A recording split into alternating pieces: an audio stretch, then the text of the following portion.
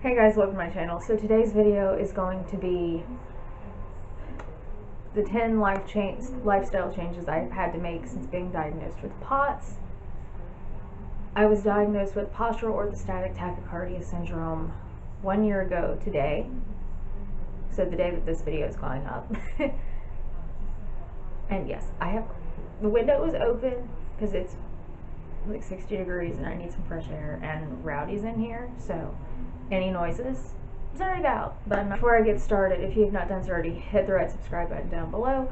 I post a lot of different types of content 2 days a week on Mondays and Wednesdays, and every now and then I'll throw in a bonus video.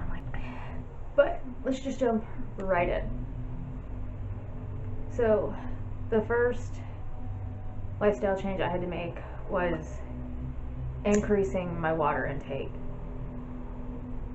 I was one of those people that no matter how much I was told you need 64 ounces of water, I would drink 32 and that would be it. And then in the summer I would usually increase to like 64. So that was my biggest thing. That, and now that I will drink 3 of these, if not more, in a day.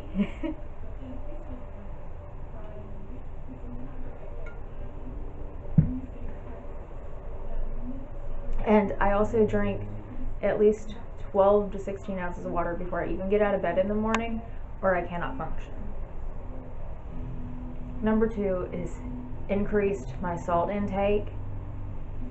I always salted my food, but I never realized how much salt I would actually need. And with POTS, I need a lot more salt. I salt my food now. I take salt tablets. I take salt capsules. I use the Fast Chews from Vitasium. It's crazy how much salt I actually need. I actually crave salt now.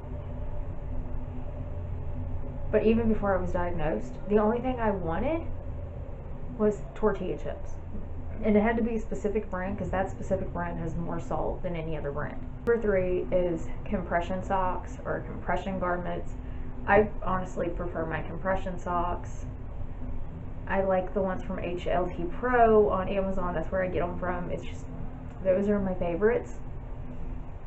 And I wear the 20 to 30. My doctor recommended 30 to 40s, but I cannot get them on. So I stick to my 20 to 30s and I feel okay with those. Number 4 is exercise modifications. I used to work out 5 days a week for at least an hour a day, and usually it was Zumba, so it was high intensity, kick-ass workouts. And now I'm a little looser on my routine. I still like my Zumba now that I've gotten back to being able to do it, but some days if I don't feel like going, I don't. If I don't feel like working out that day, I won't. If I feel like taking it easy, I will. It's just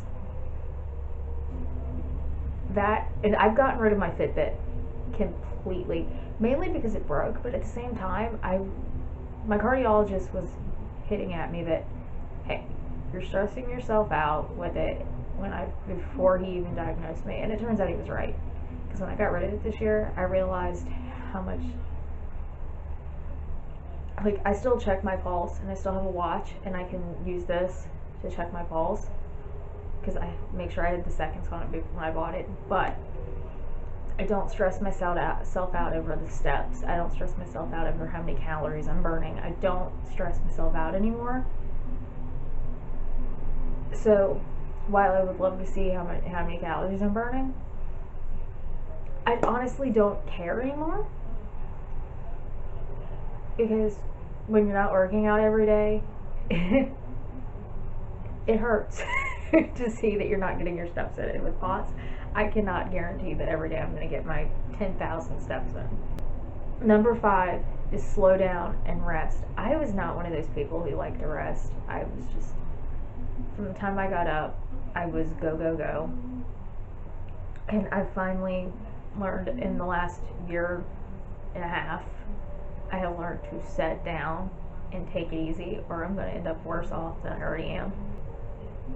Number 6 is probably the biggest one on here for me, and that was my career change.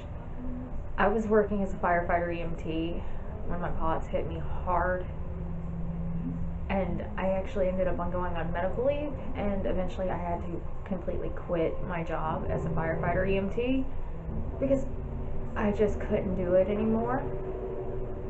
So now I work from home. I do goofy little editing things for my friends. I do this, I do Instagram, and I run an Etsy shop. And shameless plug, my Etsy shop is always linked down below. I sell mostly like chronic illness stuff, like printables, and I do have 2 stickers currently on there. Number 7 is actually monitoring myself and listening to my body. I always listen to my body because I've been chronically ill since I was 16. After a while, I've kind of learned.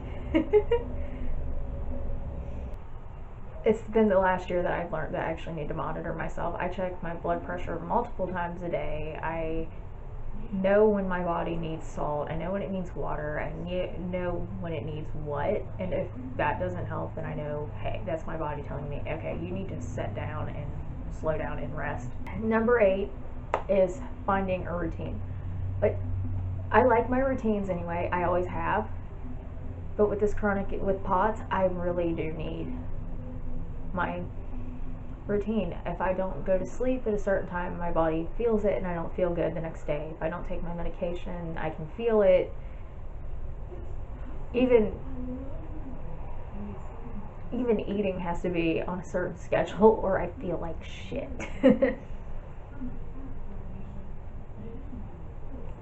Number 9 is learning to say no. I used to hate telling my friends, hey, I'm going to do this and not doing it, and I still do, but I don't feel as guilty anymore because my friends understand that, hey, she has a chronic illness. Sometimes things come up and she has to take care of herself over doing whatever we were going to do. Number 10 is diet changes. I didn't think I would have to change my diet very much. I thought upping my salt intake would pretty much be it, but no. My diet completely changed. I have to watch what I eat, when I eat, and I have to eat really small portions. I've always been a snacker, but now I have to snack more than anything else because eating a large meal is just not gonna work for me. So that is the 10 lifestyle changes I've had to make since being diagnosed with POTS. I have more POTS videos on this channel, so I'll link those in the cards. Some of them might be down in the description box, depending on what's gone up in the last week or so.